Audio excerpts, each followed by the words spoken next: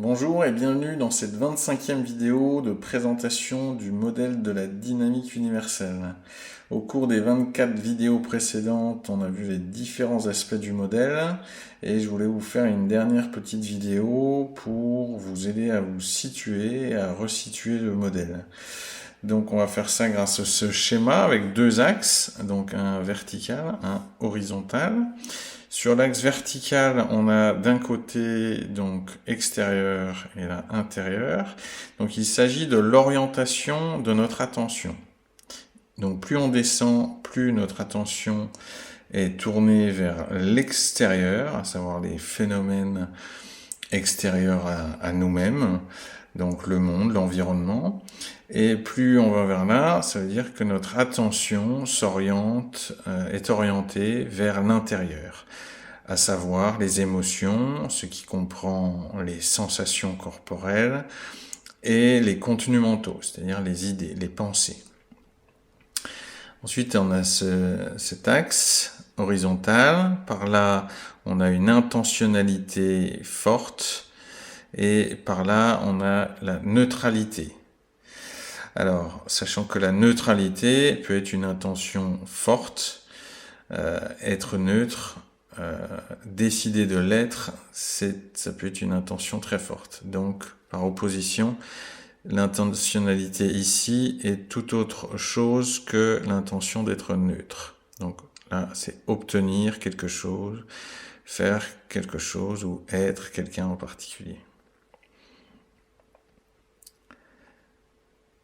Donc, on va utiliser ce schéma pour identifier 4 profils types. Un là, un là, un là, un là. Donc avec un personnage particulier à chaque fois et un rapport au monde particulier. Donc ici nous avons quelqu'un donc tourné vraiment vers l'extérieur avec une ou plusieurs intentions. Pour lui, le monde est solide et si il veut obtenir quelque chose, il va devoir faire quelque chose. Donc, il va devoir agir.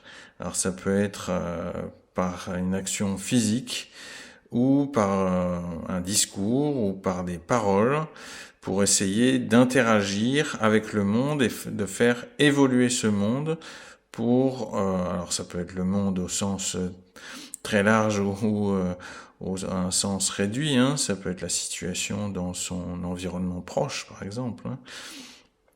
Donc ici, on va avoir quelqu'un qui va manipuler, par exemple, avec ses mains la matière, ou qui va manipuler au sens plus psychologique, alors sous des formes qui peuvent être très légères, hein, essayer de convaincre, partager ses idées, éduquer. Alors on pense pas à la manipulation dans ce cas-là, mais ça peut prendre des formes plus claires de manipulation quand on cherche vraiment à orienter les pensées des uns et des autres, les décisions des uns et des autres pour atteindre son objectif, pour obtenir ce que l'on souhaite.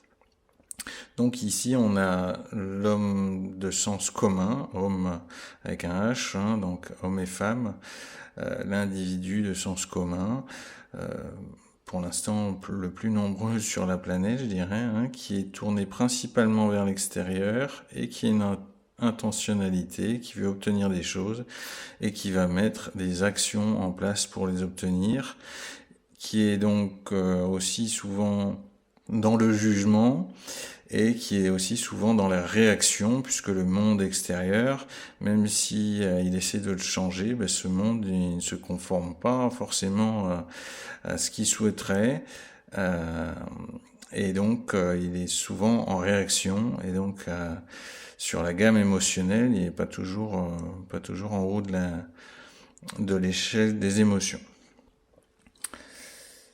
Ici, on va avoir un personnage qui est tourné aussi vers les phénomènes extérieurs, mais qui est neutre par rapport à ces phénomènes. Il les étudie et il tente d'être le plus objectif possible par rapport à ces phénomènes. Il va pas les juger. Donc là, on a la figure du scientifique Et pour lui, le monde, donc la nature au sens très large, est régie par des lois qu'on peut comprendre, qu'on peut découvrir de mieux en mieux, comprendre, et éventuellement de cette compréhension peuvent déboucher des actions, mais lui, ce qu'il cherche, c'est à comprendre de mieux en mieux les phénomènes qui sont extérieurs à lui, en étant objectif par rapport à ces phénomènes.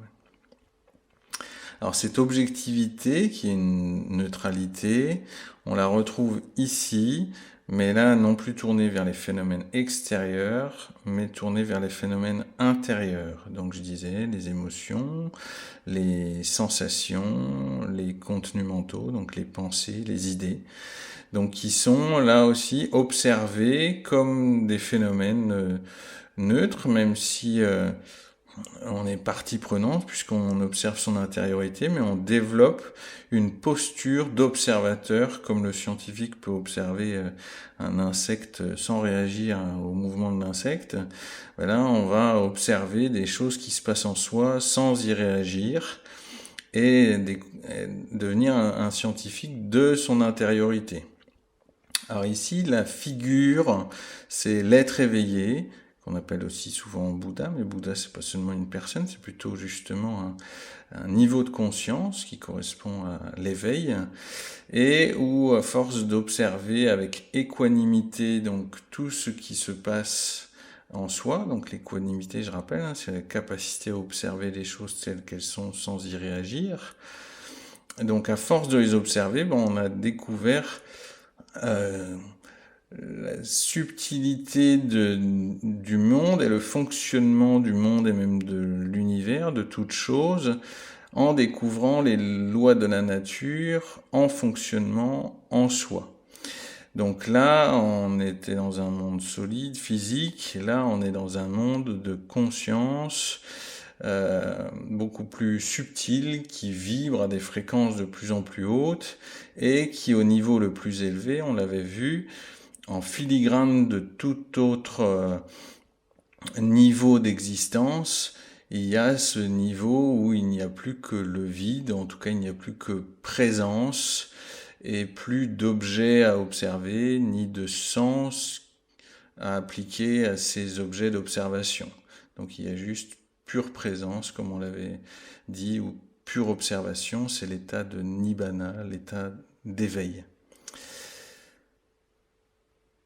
Alors ensuite, dernière figure, là on a le créateur conscient, donc qui est conscient d'être de nature spirituelle, d'être de nature divine, même s'il n'appelle pas forcément les choses en utilisant le terme Dieu. Ça peut être source, ça peut être univers, ça peut être fréquence, vibration, mais ici pour lui le monde est comme un miroir. Il vient refléter ses états intérieurs et il utilise cette compréhension pour obtenir des choses. Donc il fait évoluer son intériorité, notamment ses pensées, ses émotions, pour se mettre sur la fréquence pour pouvoir recevoir ce qu'il souhaite. Donc ici, voilà, on a vraiment 4 personnages.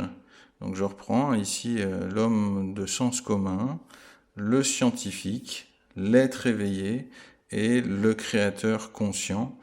Alors pour donner un nom, on peut tous l'être, créateur conscient, mais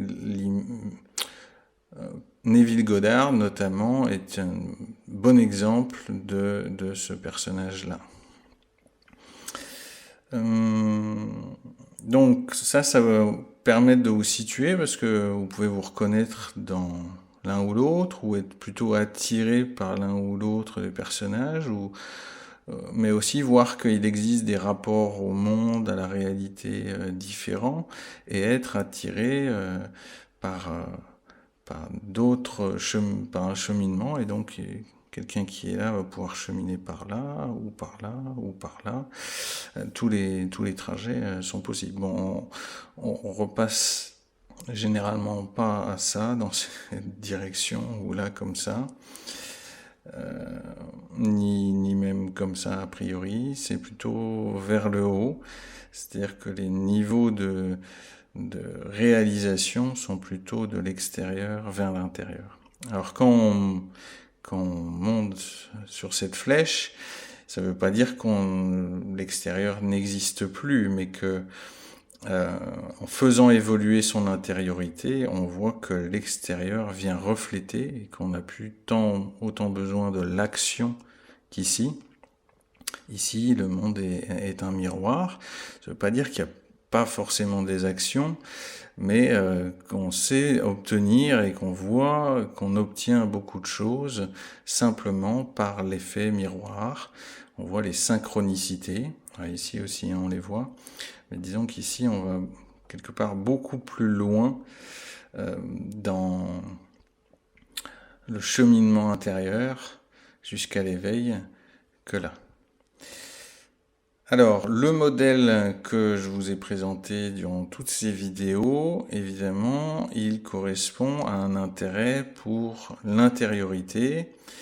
Et donc ici, on a une utilisation du modèle qui est l'orientation consciente de son attention vers le voulu plutôt que le non voulu. Donc là, j'ai abordé vraiment beaucoup ces aspects-là. Et ici, on a une utilisation du modèle à travers la posture de neutralité, où les élans de pensée se résorbent, et à force de résorber les chaînes d'action et de réaction qu'on a mis en place, on découvre des niveaux de subtilité du fonctionnement de l'univers lui-même beaucoup plus grands, et on devient l'univers lui-même. On se détache de plus en plus de la notion de soi pour, je dirais, se fondre avec la nature ou l'univers lui-même, y compris à ces niveaux les plus subtils. Voilà, donc ici, par rapport au modèle, on a des gens qui prennent l'extérieur comme source d'information ou de réaction, et ce qui engendre la pensée, et sans le savoir, on va aussi avoir des effets miroirs, mais on s'en rend pas compte. On va obtenir des choses sans savoir que notre manière de porter notre attention sur ces choses a continué à les générer, les a induits. Alors qu'ici, on le fait en conscience, de plus en plus on remonte, plus on cet effet miroir, et plus le monde vient refléter juste naturellement les choses. Voilà, je vous remercie beaucoup pour votre attention, et j'espère beaucoup vraiment que cette vidéo vous sera utile pour toute la suite.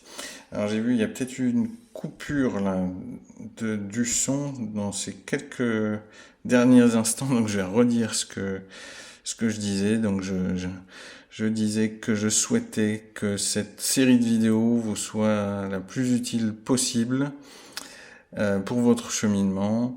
Et donc c'était la dernière vidéo de cette série, et je pense déjà à faire d'autres séries différentes, mais qui vous aideront également à cheminer. En tout cas, merci beaucoup de votre attention si vous êtes arrivé jusque-là. Bravo, et donc je vous souhaite le meilleur. Merci, à bientôt.